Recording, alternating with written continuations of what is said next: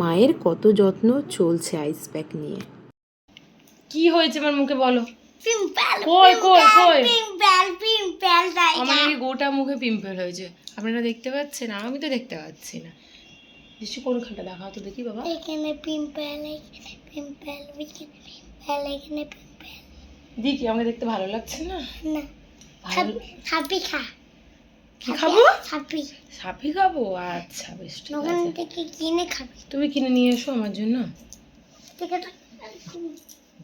কত কেয়ার! ও বাবা, কালকে ঋষি পাপার সঙ্গে কথা বলতে বলতে বলছে, পাপা ছেলেদের ফেস ওয়াশ হয়, তুমি ফেস ওয়াশটা ভালো করে মুখে মাখো, তাহলে কি হবে?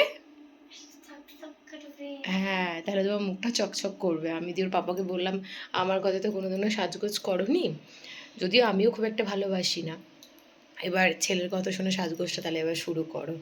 বাবারা মেয়েদের কথা শুনে সাজগোজ করে, কিন্তু আমাদের ক্ষেত্রে উল্টো ঘটেছে। ঋষি আমাকে এবং ওর পাপাকে দুজনকেই বলে যে কীভাবে সাজগোজ করতে হবে। খুবই যত্নবান ওর মাম্মি আর পাপা, তার সঙ্গে মাকে নিয়ে। এই গুঞ্জু গুঞ্জু গুঞ্জু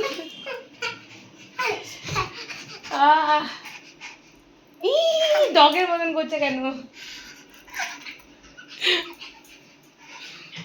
ঘরের বিছানা তো তোলা হলো, কিন্তু বিছানা তোলার পর সেই একই অবস্থা হয়ে যাচ্ছে। এবার যাবো নিচে, ঋষির জন্য ব্রেকফাস্টটা বানাবো, মা গিয়েছে পুজো দিতে। ডগ টিভির সামনে বসে কার্টুন দেখার ব্যাপারটা যেন এখন আর নাই বললেই চলে। মোবাইলে এত রকমের কার্টুন এখন বাচ্চারা দেখে যে টিভির মধ্যে যে কত সুন্দর সুন্দর গল্পযুক্ত কার্টুন হয় সেসব বাচ্চারা এখন আর জানেই না।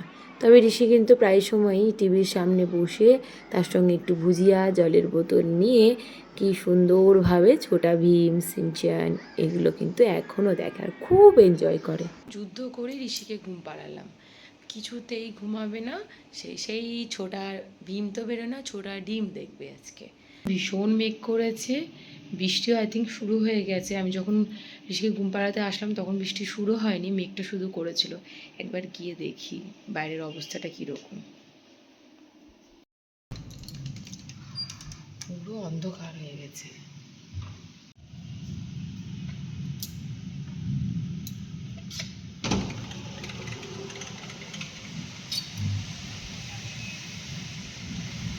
বৃষ্টি শুরু।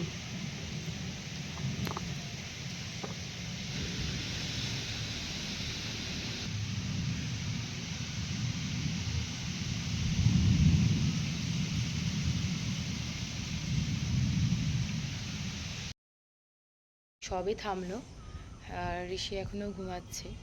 খোলা ছাদে একটু মিষ্টি হাওয়া খেতে এসেছি, আর এসে দেখলাম আজকের রেড স্কাই, কি অসাধারণ লাগছে চারিদিকটা। আপনাদেরকে একবার দেখাই চলুন।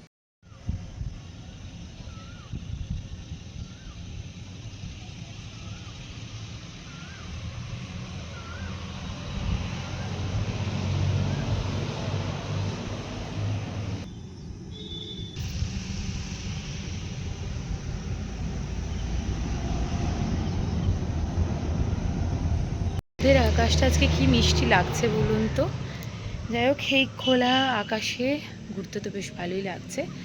আর এখন বাজছে প্রায় 6টা 10-15। এখন বাবাকে গিয়ে একটু চা বানিয়ে দেবো, তারপরে আমি রেডি হয়ে স্টার্ট করব ওয়ার্কআউট। আজকে ওয়ার্কআউট রুটিন আপনাদের সঙ্গে শেয়ার করছি না, কারণ আজকে আমার ওয়ার্কআউট রুটিনে রয়েছে কিছু free hand exercise, yoga, pranayama and meditation. So এখনকার মতন একটু বাই বাই, ওয়ার্কআউটটা সেরে নিই, তারপরে আবার ব্লগটাকে কন্টিনিউ করছি। একটু চা বানালাম আর এদিকে বসেছি রুটি করতে আর কি। আর তারই মাঝে ঋষির চলছে খেলা। কি খেলা এটা? ও দারুণ!